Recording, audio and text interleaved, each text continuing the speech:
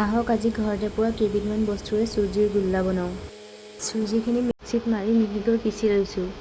তাৰ পাছতে টাৱাখন গৰম কৰি ঘিউ অকণমান দি চুজিখিনি ভাজিবলৈ লৈছোঁ। অকণমান গোন্ধ অহালৈকে চুজিখিনি ভাজি ল'ম। ইমানো বেছি ভাজিব নালাগে যাতে চুজিখিনি ৰঙা হৈ যায়। এতিয়া গেছটো ল' ফ্লেমত ৰাখি চুজিখিনিত অলপ অলপকৈ গাখীৰ ঢালি লৰাই থাকিম। এতিয়া মোৰ বেটাৰটো ৰেডি হৈছেই আৰু। এতিয়া চুজিখিনি নমাই ঠাণ্ডা হ'বৰ কাৰণে অলপ টাইমৰ বাবে ৰাখি থ'লোঁ। আনফালে আকৌ গেছত চচ এটা পাতি 2 কাপ পানী গৰম হ'বৰ বাবে দিছোঁ। তাতে পৰিমাণ অনুযায়ী চেনি দি দিছোঁ।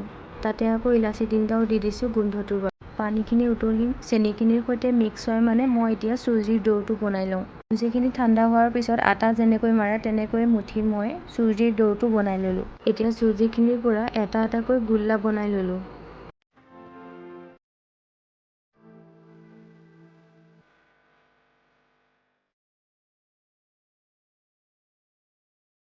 মোৰো চুজিৰ গোল্লাকেইটা বনাই হ'লেই। এতিয়া উতলি থকা পানীখিনিত এটা এটাকৈ দি যাম আৰু 10 মিনিটমানৰ বাবে সিজিবলৈ এৰি দিম।